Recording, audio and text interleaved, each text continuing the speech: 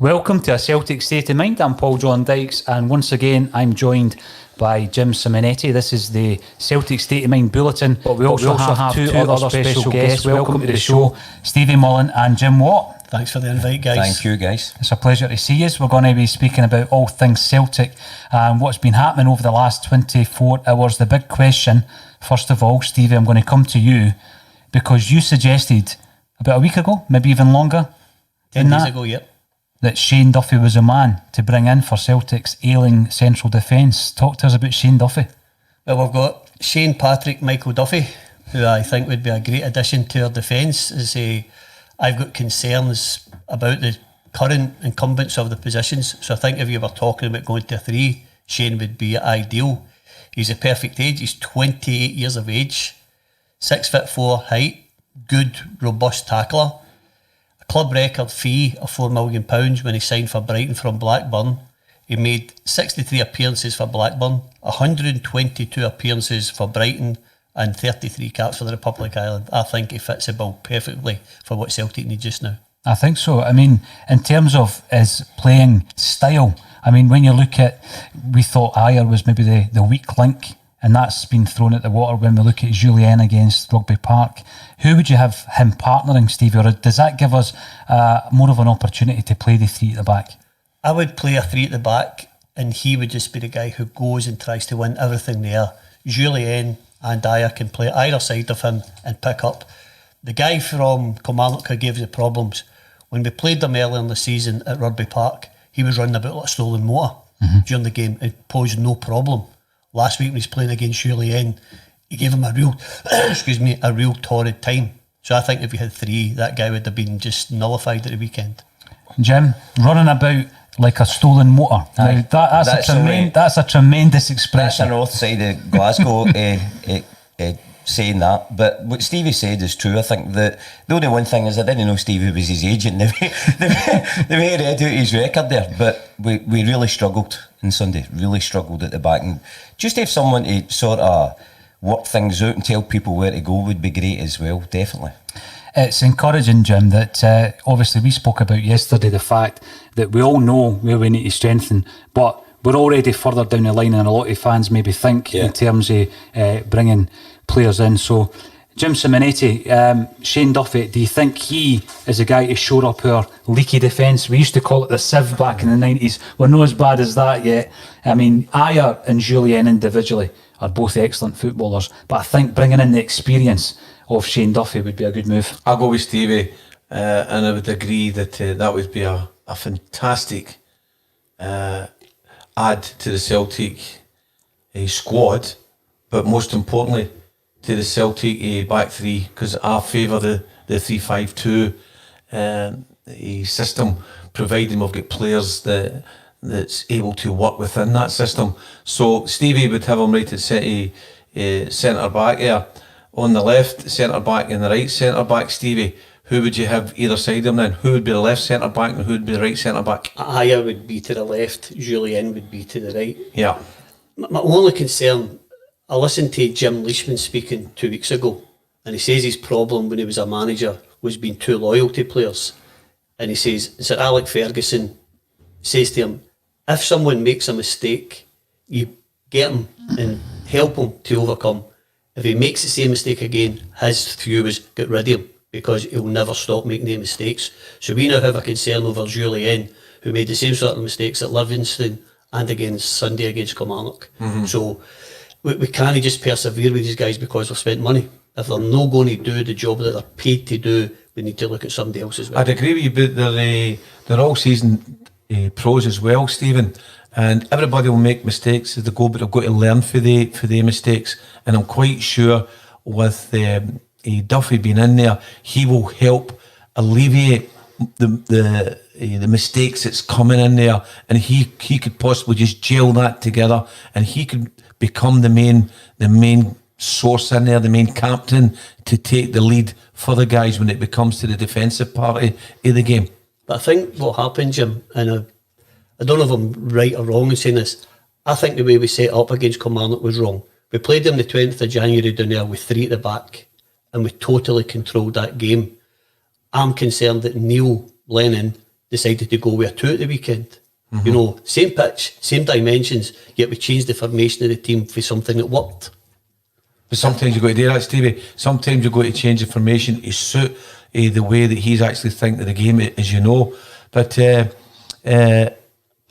I think, but I would agree with you that the formation, I wouldn't have changed as much. But sometimes you've got to do that as a coach and as a manager. You've got to change the formation of your team to suit and to adapt the circumstances. Attitude had a lot to do with it as well.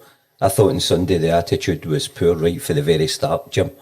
They started slowly, even in the first game with young Ayer against Hamilton. I thought that was the case. Maybe the speculation of a move into Italy is affecting Ayer. He's still a young man, but that's maybe what Stephen's saying about Duffy's experience coming in and organising at the back. And, you know, we just looked unorganised. And the point Stephen makes a good point. Back in January, we were so much in control of that game. Yeah. And I don't think Kilmarnock's team's changed that much, Stevie, is it, since January? But I would think if you're Celtic Football Club, the fixtures are all out, you know what you've got to play.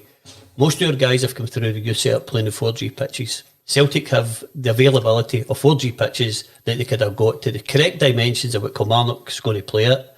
We could have told the groundsman, don't water it, get it playing slow the way Kilmarnock done, so we were in a perfect position to face the exact same circumstances which we done on Sunday, where now the park's becoming an excuse. I don't think Celtic should be making an excuse about 4G Park. I agree with Stephen, Paul. If you've got the facilities, I think that's a great point, you know, and Greg Taylor was quick to say that after the game. He was asked about the surface. He says, we're not going to use that as an excuse.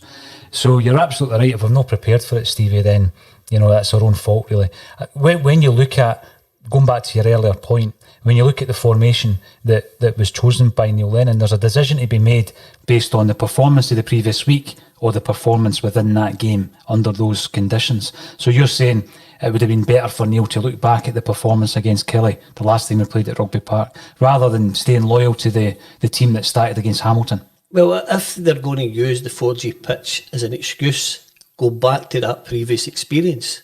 I say it's not that long ago. In January, you know, when we really played very, very well down there, 3-5-2, you know, Griffiths and Edward, fantastic that night. Yeah. But Scott Brown everywhere in the middle of the park. I say the guy who was playing up front on Sunday was the exact same guy in January. Didn't he trouble us that night? I thought 3-5-2 was the ideal opportunity for Sunday. We've got some excellent comments coming in, so let's look through the live broadcast that's going out via YouTube, Facebook and Twitter, and it's on those platforms that you're able to get involved. And Roman Connolly, I'll let you answer this question, Stevie. Is he a dominant centre half, Shane Duffy? Yep, really dominant. Go and win the ball. Sometimes maybe he'll just go through somebody, which I would like him to do, rather than let them run through and go. You know, and he'll take a red card or a yellow card if it's necessary. But a good, solid defender. Now, remind us of his name again, his full name. It's Shane Patrick Michael Duffy. Now, some footage arose on social media of the bold Duffy, kind of, you know, showing the fact that he might be Celtic minded. What's your thoughts on that? He's very Celtic minded, but I didn't see the video and I'm not going to comment on that. Allegedly. Jess Clark, yes on Duffy, but he's also asking for Hickey and Boyle. Now, someone commented yesterday, we didn't get round to the comment about Boyle at Hibs. He started off brilliantly this season, as of Hibs. I know they weren't great the other night, but that's 3-3 for Hibs, 3-3 for Rangers. As long as we're not playing, we're giving them an opportunity, Stevie, to build up a lead. Is that an issue for Neil Lennon's men, or do you go back to what Jim and I spoke about yesterday, that he works well in adversity? I think Neil would have to get his squad, and the fact that you're looking at these guys, you would like them to bring them in, get them a wee bit used to it, because they'll not be able to probably play in the Champions League if they're not signed by tomorrow. So if we get the squad that we've got and Neil works for them, the points are better in the bag, obviously, but I don't think it's that late. You're not having to play 5 games in 2 weeks towards the end of the season. We can catch these games up. That's a good point. Back to Stevie talking about the back three there again. He's right in the aspect where it doesn't matter how he wins the tackle, the back three won that tackle, as long as they win it. There's a time to play nice football, there's a time to play defensive football, there's time to play attacking football, and sometimes there's just a nice time to play a wee bit ugly as well. Whatever gets us the result. So a good point for you there, Stephen, that regardless of how he wins that ball, as long as he wins it, and if it's an ugly way he wins it, fantastic. Jim, we were discussing Bobo coming through in the car. You know, that was all Bobo done. And guys were terrified of Bobo. It would be nice to see somebody centred in the middle there, just giving us a wee bit of presence. A wee anchor. Aye, you know, and I know it's about keeping the ball and playing the ball out and how Neil likes to play, but sometimes you use that word ugly. I know you were looking at Stephen when you said that, but you need to go and try and just win it anyway. And that I don't know if centre forwards are looking at our current two at the back and saying, you know, I can take them, you know. Because they do like to bring the ball down and play football. Aye. And there's nothing wrong with that. But as you say, no. sometimes you just need Aye. the hard man to come right through them. We were talking as well, Stephen made a good point about the goalkeeper on Sunday. The goalkeeper threw a ball out and got us up the park, you know, till somebody shouted at him and told him to stop playing it. So it was going to Big Julian, then it was going to Scott Brown in the middle, and we were stuck. It was exactly the way Kilmarnock wanted us to play. Instead of getting them in the back foot and, you know, and understand it's all about possession, but sometimes you need to mix it up a wee tiny bit, and certainly something that we never done on Sunday. Going back to some of the comments, they're coming through thick and fast. And Alex Howhouse, thank you for commenting via YouTube. Would prefer Duffy alongside Ayer instead of Julien. He commands his box and can also play out. Julien had too many mistakes in him, and this season is too important for silly mistakes. I would comment as well that, you know, other than the Livy performances last season, which were obviously bad, poor performances up against Lyndon Dykes, and then at Rugby Park on Sunday, Julien has been one of the main men. I mean, you don't become a bad player overnight. I think he's been outstanding. I think he's been the best central defender. Again, do you have to look at it? Does he have a problem playing in 4G or plastic pitches? You know, which impacts on him. Because any other game, he's been far away beyond the best defender at Celtic. No, definitely. And we can't forget that. The comments will continue on that subject, but there's a few things we would like to say on the Bolingoli matter. It's been the subject of conversation all week, Stevie. And the first broadcast that Jim and I were involved in, you know, it's safe to say that we got stuck into that because we wanted action to be taken. On our way through this morning, Jim, you and I spoke about Bolingoli and the fact that let's not forget he's a human being, right? Yeah. He's maybe a privileged footballer. He's been extremely stupid in what he's done. But let's not forget he's a human being, and for the last few days, there's an immense amount of pressure on this guy. Definitely. And I know the Celtic supporters that's listening home and around the world will be compassionate as well. He's done what he's done. He's been silly. He's been irresponsible. But Stephen's involved in a very special a project at St Roch's. It's called Rock Talk. So we can't forget that if somebody is now in isolation and his thoughts are going through his head and what he's done, I hope the man's okay, and I'm feeling a bit of compassion for him, that I want him to be okay mentally, and the man is all right. And I'm quite sure, and hopefully the rest of the Celtic support throughout the world think that as well. As a player, he's done one thing, but he's a man, and we've got to look at it and say we hope his health and his well-being is all right, Stephen. And that's how you look after people at Rock Talk when you put the programme on whenever it comes back, or if is it back just now? It's going to come back on Sunday. Come back on Sunday. I wish you all the best for that. So that's my wee bit there. Some people may criticise me for that, Paul. They may not, but that's me now as a coach, and away from being a coach or a manager, I would still like to know the well-being of the individual. I would like to know his thoughts. I would like to see the media being used as a vehicle for him and his agent to come out and explain what he was thinking. Yeah. Because he knows, again, Paul, you said about being in a privileged position. I understand that, but I would really like to know his thoughts on it. And again, that alleviates the pressure of what you're saying, Jim, what he feels, you know, getting into depressions, things like that. I don't know if that's come out yet, Stephen, is it? Has he said anything, or has his agent come out and spoke? Not today, Jim. I mean, Stephen, this would be a good opportunity, I guess, for anyone who hasn't heard us talking about Rock Talk previously, for you just to give us an insight into how this is working and how it's going to work again on Sunday, but also what your thoughts are on Bolingoli in relation to the pressure he is now under. I think if you take it back to the start, and again, as Celtic fans, you always just wish that their players feel the same about the club as what you do. None of them do. They're selfish beyond belief. And Bolingoli has emphasised that. You've now got a full package. You've got a moral dilemma and you've got a business decision to make. So we all have an opinion, all the Celtic fans. Peter Law has a decision. Yeah. So if you take it back, I would imagine it's a minority of Celtic fans who are conservatives. Dominic Cummings broke the protocol and everybody wanted him sacked.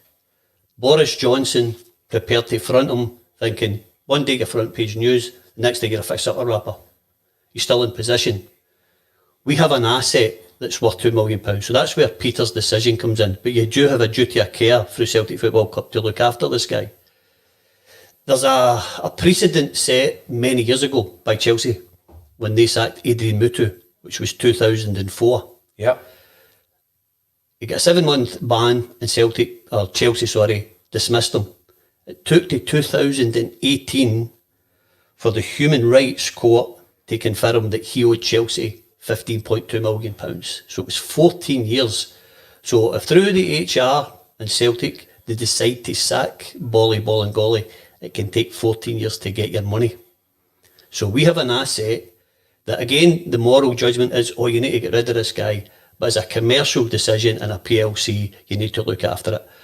To go back to your guy's original point, I think it's very, very disaffecting of the PFA Scotland, Fraser Worship particularly, that none of these guys have come out publicly and offered any support to him. I went on their website this morning, there is no mention of this incident. So I think he's been left and hung out to dry by the people who should be representing him.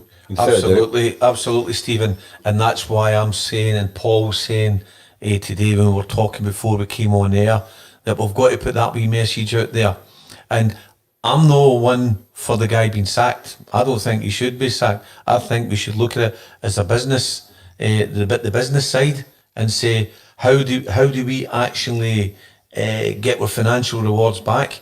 By dismissing them, we won't get that. So Peter Lawwell and the board of directors have got to try and turn around this round and to make this financially beneficial to them. And the Chelsea story, you're bang on with it, Paul. He's bang on. It took all those years. Mm-hmm.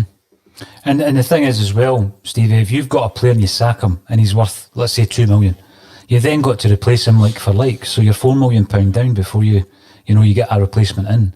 So after the shock and the surprise of what's happened, I think we're now able to level it out a wee bit and look at the scenario and say, well, is sacking him the best option? Clearly not. I think you would have to look at the contract. Again, I was a trade union representative for many years and represented many people in trouble. So you would try and find the weak point in the company manager's argument. This doesn't seem to be any weak points if you're coming from Celtic's HR point of view, if they wanted rid of him. Apart from breaking all the protocols, his direct instruction from the manager, he's understood them, he's endangered people's lives. So probably, legally, he doesn't have a leg to stand on. So this is where you need to go for a bit of compassion for a young man. Mm-hmm. Yeah. You go your holidays and you're queuing up at a phone years ago to phone your man and dad because you've run out of pesetas. You're only away for a fortnight. These guys are in different countries, don't know anybody, don't know how to fit in. So we really have a duty of care to this young man. Absolutely. Yeah, and it's a good point, and I'm glad that we've made it on a Celtic State of Mind today. A few other questions and comments coming through. James Downey on Facebook. Duffy is a quick fix.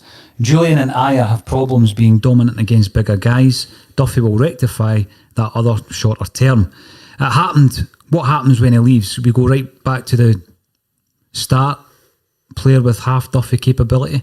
Signing a player with half Duffy's capability. I don't think it is about going back to the start. I mean, at his age, he might be a quick fix, Stevie, but it's what we need for this season. And as we've said on this podcast, time and time again, this season is the priority.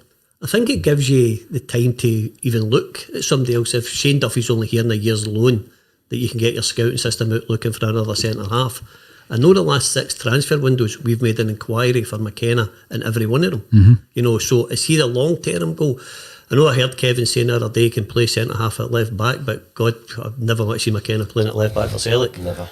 No, You know, but as I say, I think he would be good for 10 in a row, you know, and then we've given more scouting. I don't think it's a bad thing, is it? Just to bring him in further.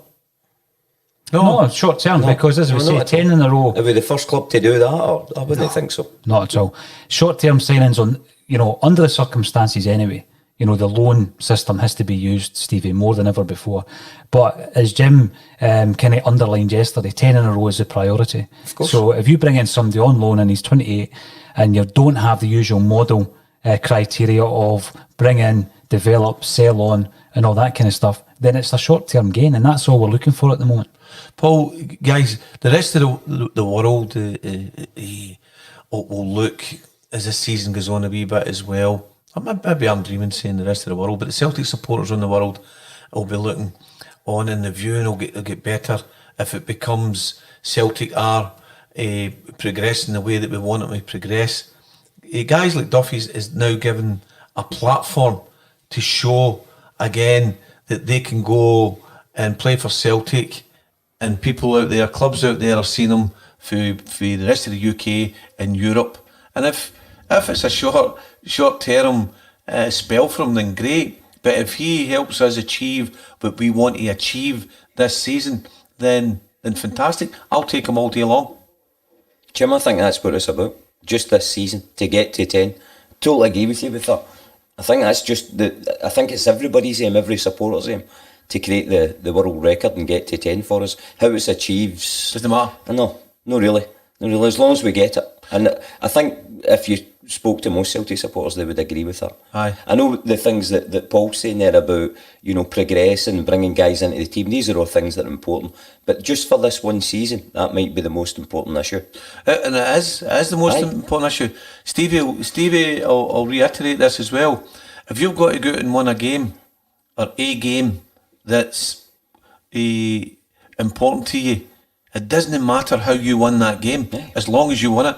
See if the other team has got 50, 60, 70, 80% of the game, and you score that goal and beat them, it doesn't matter how you played that day. As long as you get what you want to achieve, that's what matters. And that's what matters for Celtic going forward this season.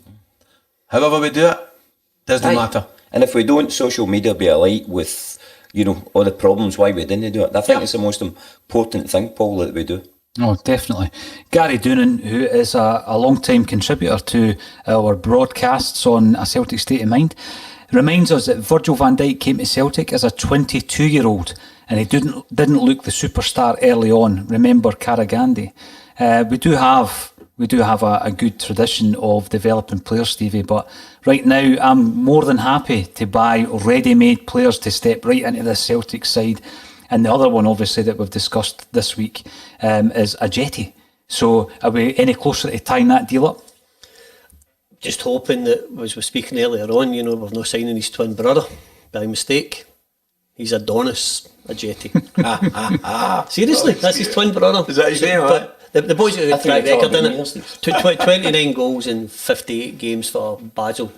Aye. You know, so £8 million move to West Ham. It fits ideal, you know, if we're bringing him in. Absolutely ideal. But these are guys that I think just walk into the team. I'm not looking, I know I'm probably, and I hope I'm wrong with the Patrick Klamala thing. I hope he proves me wrong. But I was saying to the guys out there, Paul, doesn't matter how much time I polish my Ford Focus, it's never a Bentley.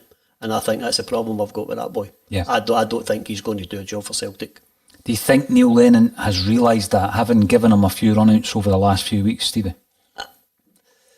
He didn't give him enough time. So if Eddie's playing and he didn't play particularly well, I'm an Edward fan, but he didn't play particularly well, and he's still reluctant to put Klamalo on, there's got to be a reason. You know, if he's the guy that he's come back all bulked up and he's got this great shape, but if he's not ability, then it's not good. We could go and sign a cyclist, they've got a great build as well. Oh, definitely. Paul, Stephen, if I can jump back one, you were saying about Van Dijk coming to 22 years of age. Jim, you remember us signing Pat Stanton from Hibs? The difference it made to Roddy McDonald. Just having experience beside him. If Stevie's read a litany of what that boy can bring to the team, I don't think that, but I think it'd be fabulous. I think we're all in agreement with that, Jim. Stephen Ray, thanks for getting involved, Stephen, via YouTube. I could be wrong, but the signings of Barkas and Ajeti is the first time we've paid for proven international players with European football experience back-to-back since Jan Vennegoor of Hesselink, Gravesen and Jarisic.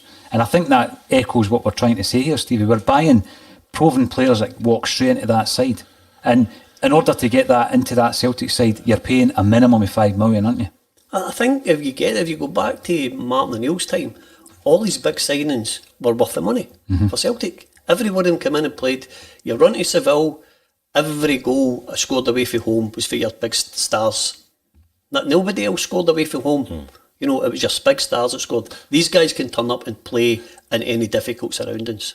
Stephen's made a good point in the past about us signing projects, boys that are coming to the club and for the future. And I think what you said is that's a good point. We need guys that can come in, go straight into the team and make a difference for projects at the moment. As Paul and I has discussed previously, we're not interested in long-term projects at this particular time. We need the guys like that come in for Martin O'Neill, hit the ground running. And the team and the squad has got to embrace these players that come in, so they're settling quickly, so they're in the fold, so they understand the system, so they understand what the manager's looking for. They understand right away, and they're made feel welcome. They're settled into their accommodation, wherever that may be. They're welcomed like a family. They must hit the road running. There can't be any passengers. There can't be anybody that's not decisive and want to play for Celtic. There can't be any players that is unhappy. We must have a happy squad and a team working together in harmony. I think any top professional will bring that to the team, Jim, as Stephen said about O'Neill signings. It was like a jigsaw. They just come in, and again, they were the guys that scored all the important goals for us. Thompson, Sutton, they done the business. If you take it back, Jim, at any grade of football, if you're going to play for a team and you're good, within 10 minutes of getting the ball out, your teammates know you're a player.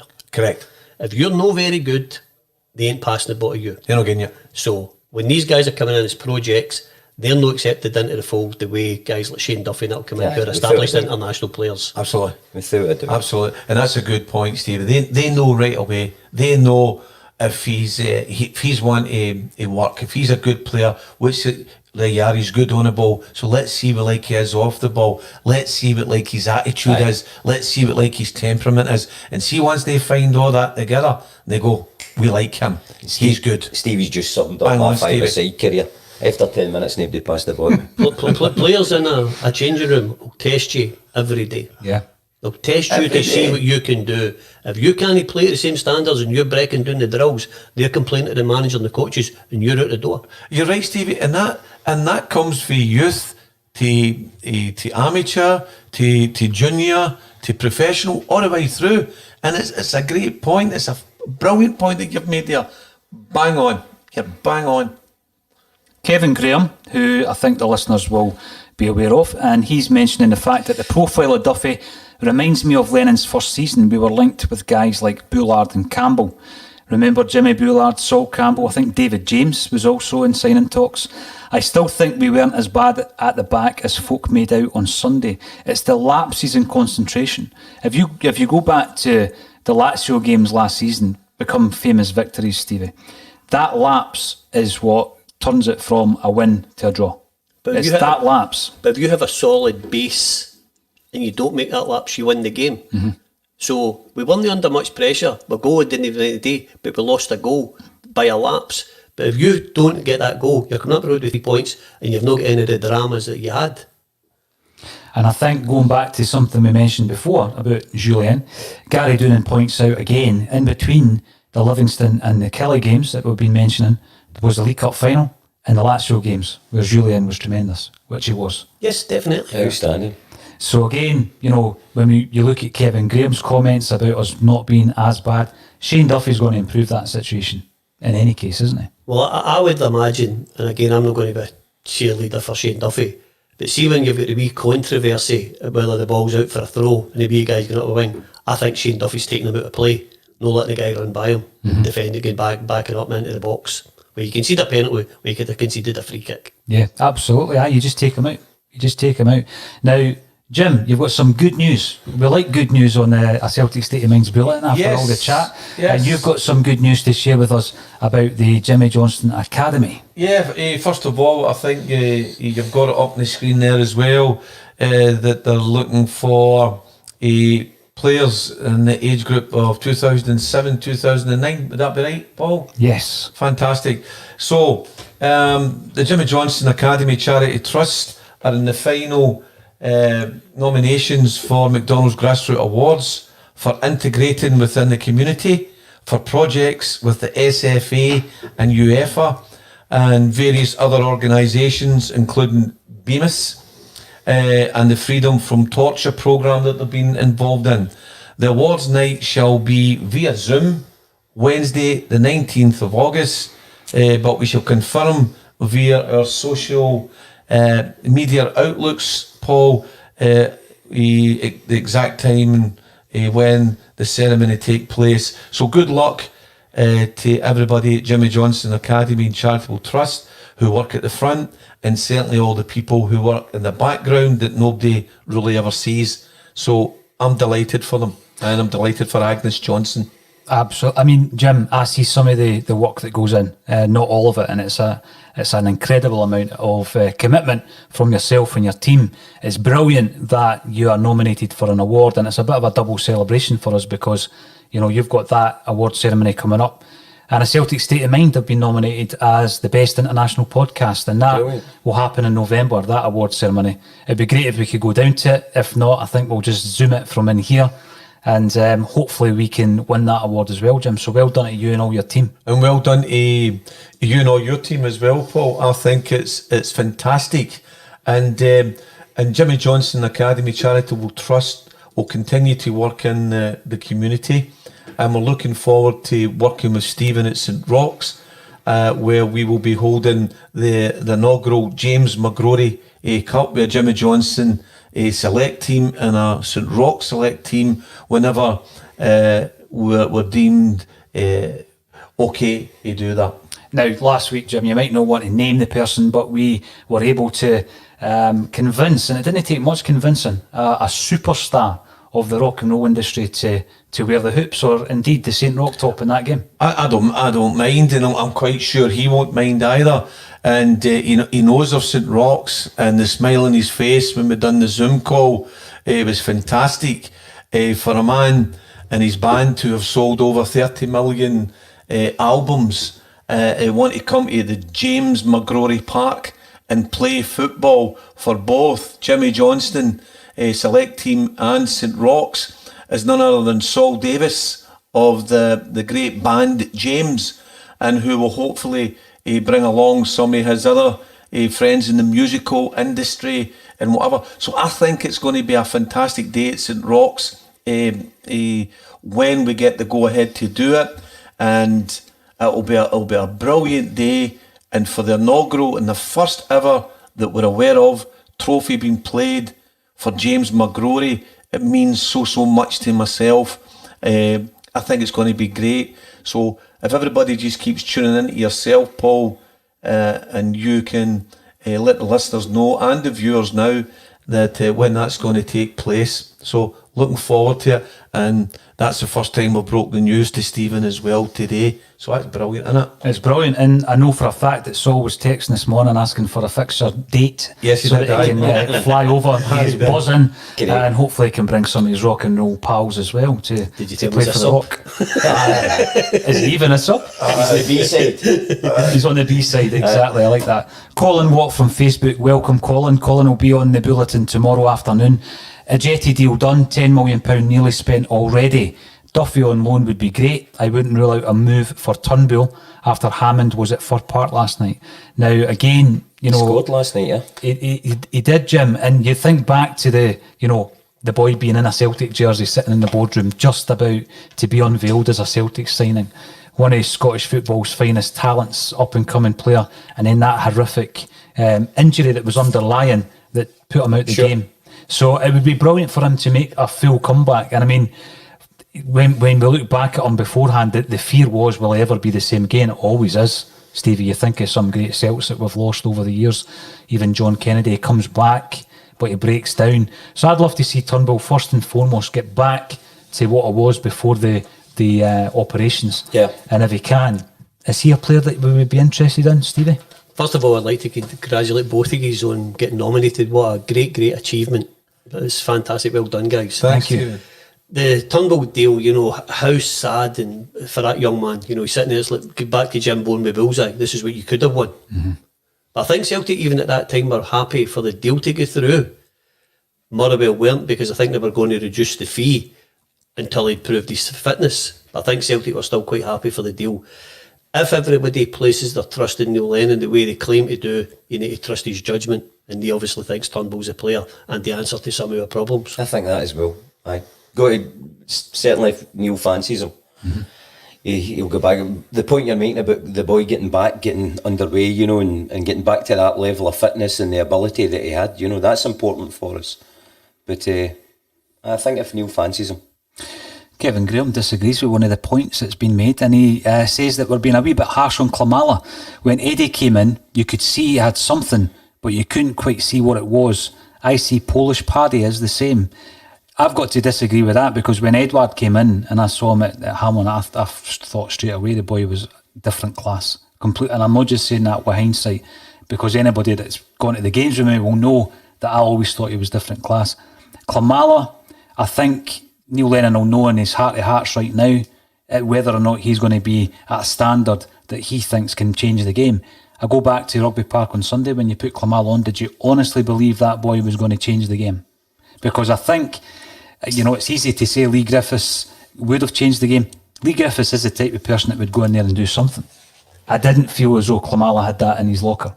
But if you're looking at the game, and everybody looks at the game differently, so Kevin's point is as valid as any of ours. But, and I know Kevin won't be able to answer this because we're on the mics, what did he see on Sunday that would make him think that he can be your match winner in the next game against Reykjavik or the following game? I don't see it, you know, and I certainly hope he proves me wrong, because I've invested a lot of money in him. How long did he get on Sunday? Was it 12 minutes or 8 minutes? How long was he on for? Well, it wasn't as long as half an hour. I mean, we were screaming for changes, you know, half an hour before the end of the game. I think it's really hard for these guys, Paul, to you know, for people to have sort of opinions. As Stephen says, you just hope the guy comes good, but we're really not getting much to see him, you know. Stephen made a valid point. No, you need these players need time. Any player needs time on the park. They need game time. Young players need game time. Seasoned pros need game time. The subs need a game time. Sometimes the substitute could be your best player who comes on and he makes an impact in the game. But I'm actually going with Stevie there. If I'd have had Griffiths, Johnston or Rodgick on the bench, would I have been more comfortable with they three with coming on to make an impact and giving us a wee bit of hope? I think my answer to that would be yes, Stephen. But you can make a difference. Mohammed came on at the same time. Was man of the match, in my opinion. Contributed more than that 15 minutes than anybody else. I don't think Klimala done anything Sunday. I don't disagree with you. And you're playing against Kirk Broadfoot. Aye, I don't disagree with you. Eddie suffered through Dumbelly playing fabulous. No, maybe it's a wee bit of Klimala suffering because Eddie's there and Eddie's the star. Maybe that's the case, he's not getting games. But again, we're agreeing about Neil Lennon signing guys. Our confidence in him signing guys, sometimes we're not getting to see them. But again, Jim, guys, that if I'm in that dressing room and I look at these other players on about me, I don't care. I'm going in and I'm going, I'm the best player in here. I'm busting it in. I'm going to show that it's no Edward. Klimala's saying that. Aye. Klimala's coming out and saying that. Aye, but he's not. He's still, for him not to get in the starting 11, he's still possibly not making that impact at training or making that impact and impression that he should be making. So the way for him today is just to keep working away, and then when he does get the chance and the opportunity to shine, he's got to shine. Is it part of the problem that you don't play 3-5-2 on Sunday because Neil doesn't fancy him to work alongside Eddie? Well, that's a very valid point, because if you look at in a 3-5-2 formation, Stephen, and as you know, as well, that the two strikers, they must be strikers attacking and they must be strikers defending. They two type of players will not become strikers defending. They will stay up in that last third of the park, stay up high. The first striker will not come back and work with the midfield. And certainly Edouard's not that type of player. So there's two players, good point again, that are probably very similar. So the strikers defending won't work, they won't come back, one won't come back and cover for the midfield, come back into the latter part of the midfield and cover. So that's a good point on that. Maybe too similar, they don't want to be strikers defending, but we definitely need a striker defending in that system as well to go forward and to have a backup with the second striker. That's only my opinion, but I like your point. I think our goalie had only one thing to do on Sunday, and it was pick the ball out the net. I don't think maybe that was a problem for us on Sunday, about strikers getting back to help. I really don't. I just think we needed to try and change it about a wee bit. Klamala's there, we trust in Neil's judgment signing these guys. I think he should have got a wee shot. But what I'm saying, Jim, is the striker still got to come back and defend in the midfield. He if you put the two on together, sure, none of them's doing that. Yeah. And I think that's where maybe Neil Lennon's looking at maybe too similar. So he's looking for something a wee bit different in there. Yeah. Celtic Rab says that's brilliant for the Candy. We've obviously got a few Candy fans Brilliant. watching the broadcast, and it's exciting times because, you know, although we're in this lockdown and we can't get to the football and all this kind of thing, Stevie, the work continues at St Roch's. And what Jim has just announced there by saying that we're going to have people flying from all over the world to play in the centenary match, I just think that's outrageously spiriting under the circumstances, to have something to look forward to, that we can all get together at James McGrory Park to play that centenary game. The question on everybody's lips is, will you be putting your boots back on? No. they don't fit me anything. High heels, aye, Paul. Boots, no. It don't fit. The great thing about St Roch's just now, we're going back to Rock Talk, during the pandemic, there's been some fantastic work done at the park, which people, when they come back, will be able to see it. Mm-hmm. And without fail, it's been done by all the members of Rock Talk. They've got rehabilitated. There was one boy in particular that I spoke about on our own podcast about, I didn't think I'd ever reach this guy. He's in now painting every day. He's joining in. He's there at 9:30. He's not going home to 4 o'clock.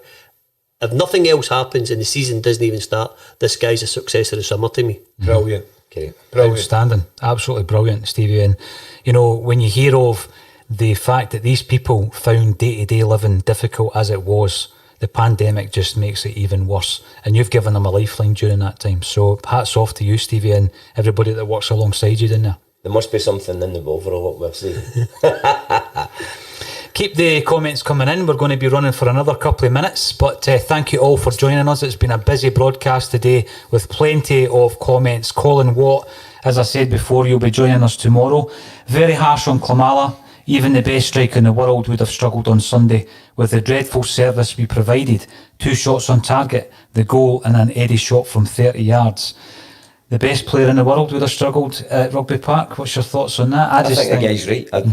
I think our shot was... How many shots did we have on target? 2 shots on target. 2 shots, aye. Yeah. Aye. Without a doubt. That's how, going back to that thing about changing it. Stephen's saying getting into the 3 at the back, changing the formation. We just started the second half as we started the first half. I totally disagree with the caller, because if Mbappe comes on last night and just turns the game, He does best something. players in the world just does something different. Aye. So I don't think you can claim the best player in the world is anywhere near Klamala.